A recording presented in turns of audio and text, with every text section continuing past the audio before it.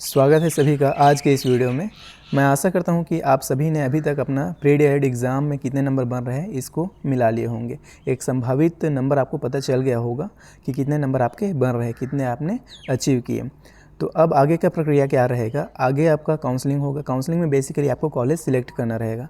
तो इसके लिए एक कट ऑफ निर्धारण होता है कि कितने नंबर तक आपका नाम आ सकता है, किस कॉलेज में आ सकता है। तो देखिए, लिमिटेड कॉलेज है, लिमिटेड सीट्स है और पढ़ने वाले बहुत हैं। तो एक संभावित कट ऑफ हम आपको इस वीडियो में बताएंगे। तो उससे पहले चलिए ये जानना ज़रूरी है कि कितने कॉलेज है, कितने सीट हैं। तो यहाँ पे देखिए पाठ्यक्रम का नाम दिया गया है और यहाँ पे फर्स्ट नंबर पे है डीएलएड। अगर हम देखें महाविद्यालय का नाम, तो शासकीय महाविद्यालय कितने हैं, 18 हैं और अनुदान प्राप्त 1 है और निजी प्राइवेट कॉलेज कितने हैं, 71 हैं। कुल कितने कॉलेज हैं, 90 कॉलेज। शासकीय सीट की अगर हम बात करें, इधर सीट्स की संख्या है, तो शासकीय सीट कितना है, 1750 और अनुदान प्राप्त है 70 और निजी में प्राइवेट सीट कितना है हमारे छत्तीसगढ़ में, तो 4950। इस तरह से टोटल सीट कितना हो जाता है, 6770। तो यही वो सीट है 6770 जिसमें आपका एडमिशन होना है डीएलएड कोर्स के लिए। तो देखिए, सबका फोकस ज़्यादातर किस पे है, शासकीय पे। शासकीय के लिए ही हमने अच्छे से एग्ज़ाम दिलाया है प्री डीएलएड का। तो देखेंगे कि कितने कट ऑफ तक आपका गवर्नमेंट कॉलेज में नाम आ सकता है। साथ ही साथ ये भी जानेंगे कि प्राइवेट कॉलेज में कितने नंबर तक कट ऑफ जा सकता है। संभावित कट ऑफ हम आपको बताएंगे पिछले साल के डेटा के एनालिसिस के बाद, उसके अकॉर्डिंग ही। तो चलिए, अब मैं आपको बता दूं कि जो कट ऑफ है वो डिफरेंट रहेगा किसके अकॉर्डिंग, लोकेशन के अकॉर्डिंग। रायपुर के लिए अलग रहता है, फिर दंतेवाड़ा के लिए अलग है, बस्तर सरगुजा के लिए अलग है, क्योंकि जगह जगह के हिसाब से कट ऑफ भी डिफरेंट हो जाता है। तो मैं आपको एक नॉर्मलाइज्ड कट ऑफ बताऊंगा और मैं जो कट ऑफ बताऊंगा वो निम्नतम रहेगा। फर्स्ट मेरिट लिस्ट के अकॉर्डिंग नहीं है, जो तीसरा चौथा मेरिट लिस्ट आएगा वहाँ तक कितना कट ऑफ जा सकता है उसको मैं बताऊंगा। मिनिमम नंबर, कम से कम अगर आपका इतना नंबर है तो आप सेफ़ हैं। उसके बाद मैं आपको बता दूं कि आपका काउंसलिंग कहाँ होगा, एससीईआरटी के पोर्टल पे, राज्य शैक्षिक अनुसंधान एवं प्रशिक्षण परिषद रायपुर छत्तीसगढ़ के पोर्टल पे। सीजी व्यापम का काम था पेपर लेना और रिज़ल्ट जारी करना। वो पेपर ले लिया है और रिज़ल्ट जारी करेगा। उसके बाद आपका काउंसलिंग आगे का प्रक्रिया कहाँ से होगा, एससीईआरटी से पूरा प्रक्रिया होगा। तो देखिए, एससीईआरटी में जब आप लॉगिन करेंगे तो इधर साइड कॉर्नर पर मिल जाएगा बीएड डीएड ऑनलाइन काउंसलिंग। तो यहाँ पे आपको काउंसलिंग का लिंक मिल जाएगा बाद में, जब चालू होगा तो हम अपडेट कर देंगे आपको। तो चलिए अभी कट ऑफ जानते हैं। गवर्नमेंट की अगर हम बात करें तो हमने कॉलेजेस देख लिए, कितने कॉलेज है, लगभग 1750 कॉलेज है गवर्नमेंट का और एक अनुदान कॉलेज है, तो उसको करके 70 सीट और बढ़ जाते हैं।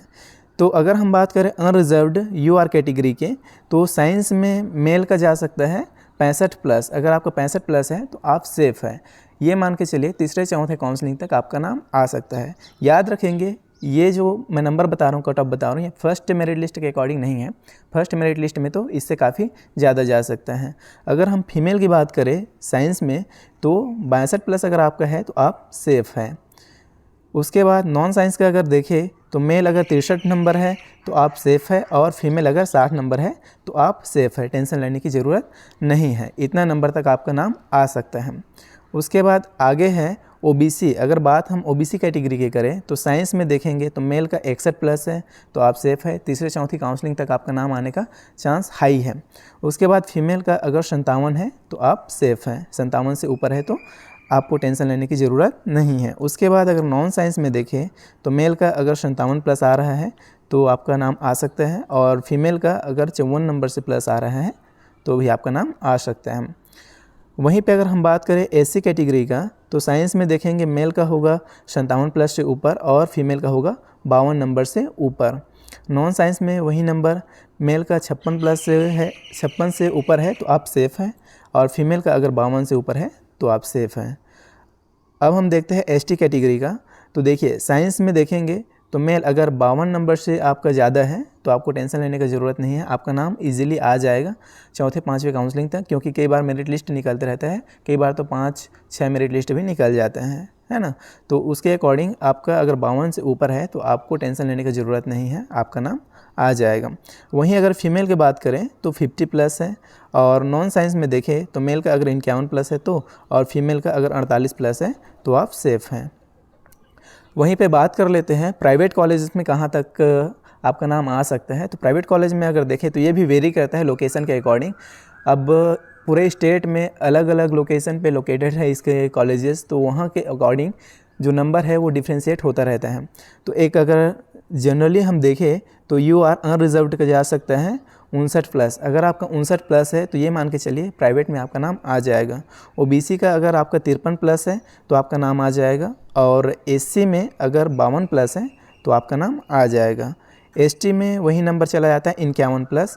देखिए दोस्तों, क्योंकि डीएलएड करने वाले बहुत हो गए हैं, अभी प्राइमरी से बीएड को बाहर कर दिया है हाई कोर्ट और सुप्रीम कोर्ट के द्वारा, तो क्या कर रहे हैं कि ज़्यादातर लोग डीएलएड की ओर फोकस कर रहे हैं।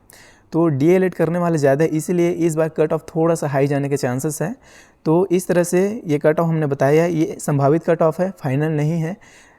इससे आपको आइडिया लग जाएगा कि इस नंबर तक आपका नाम आ सकता है, आप सेफ़ हैं। और ये हम ऐसे ही नहीं बता रहे हैं, इसको हमने एनालाइज़ किया है, इसलिए हम वीडियो 1-2 दिन लेट लेके आ रहे हैं, ताकि हम डेटा पता करके, डेटा कलेक्ट करके फैक्ट के बेसिस पे आपसे बात कर पाए और आपको जानकारी प्रदान कर पाएँ। तो ये रहा नंबर और संभावित कट ऑफ। अब देखिए आगे की रणनीति क्या होगा। अगर आपको लगता है, अगर आप इस कट ऑफ के दायरे में नहीं आ रहे हैं और अगर आप डीएलएड करना चाहते हैं, आपने सुंदरलाल शर्मा में फॉर्म भर दिए हैं या भरने वाले हैं, तो देखिए ये इसका स्केड्यूल है जो सुंदरलाल शर्मा द्वारा जारी किया गया था बीएड और डीएलएड पाठ्यक्रम के प्रवेश हेतु। तो यहाँ पे तिथि भी दिया गया था। इसका फॉर्म भराना अभी रहेगा कहाँ तक, 12 जून तक फॉर्म भराएगा, 28 मार्च से चालू हुआ है। और इसका जो परीक्षा की तिथि है वो संभावित है 29 जून को। तो इस दिन तक हम अगर तैयारी करने में जुट जाए आज से, तो एक बेहतर तैयारी कर सकते हैं। अब डेफिनेटली अगर आप करना चाहते हैं डीएलएड सुंदरलाल शर्मा से करना चाहते हैं, अगर आपका कट ऑफ का दायरा नहीं आ रहा है इतना कि आपका नाम आ जाए सरकारी या गवर्नमेंट कॉलेज में या प्राइवेट कॉलेज में, तो आगे आप तैयारी करेंगे प्री डीएलएड एग्ज़ाम का जो सुंदरलाल शर्मा कराएगा। तो उसकी तैयारी के लिए आप अभी से तैयार हो जाइए और जुट जाइए, क्योंकि तैयारी की शुरुआत पहले से ही की जाती है, तभी एक अच्छा रिज़ल्ट आता है। अब तैयारी करने के लिए आप सेल्फ़ स्टडी भी कर सकते हैं। सेल्फ़ स्टडी में देखिए, मैं आपको बिल्कुल सजेस्ट नहीं करूँगा कि जो एक सिंगल कॉपी आता है ना, एक सिंगल बुक आता है जिसमें सभी सब्जेक्ट रहते हैं, ऐसे बुक सिलेक्शन नहीं दिलाते दोस्तों। तो जो भी सिलेबस है उसके अकॉर्डिंग आपको सभी सब्जेक्ट का अलग अलग बुक पढ़ना चाहिए। साथ ही साथ अगर आप किसी का लेक्चर देख रहे हैं यूट्यूब पे या कहीं पे, तो आपको ये भी बोलूँगा कि एक टॉपिक को 10 जगह देखने से अच्छा है कि 10 टॉपिक को एक जगह देख लीजिए। आप पहले एनालाइज़ कर लीजिए कि किसका पढ़ाना आपको समझ में आ रहा है, किसका आवाज़ आपको समझ में आ रहा है, किसका बोलने का तरीका आपको समझ में आ रहा है, किसका समझाने का तरीका आपको समझ में आ रहा है। उसके अकॉर्डिंग फिर आप डिसाइड कीजिए कि किससे आपको पढ़ना है। और रही बात इसके तैयारी का, तो हम भी अपने यूट्यूब चैनल पे आपको एक बेहतर तैयारी कराने वाले हैं पंडित सुंदरलाल शर्मा के प्री डीएलएड एग्ज़ाम के लिए। तो आप भी इस चैनल से जुड़ के अपनी तैयारी में इसकी हेल्प ले सकते हैं।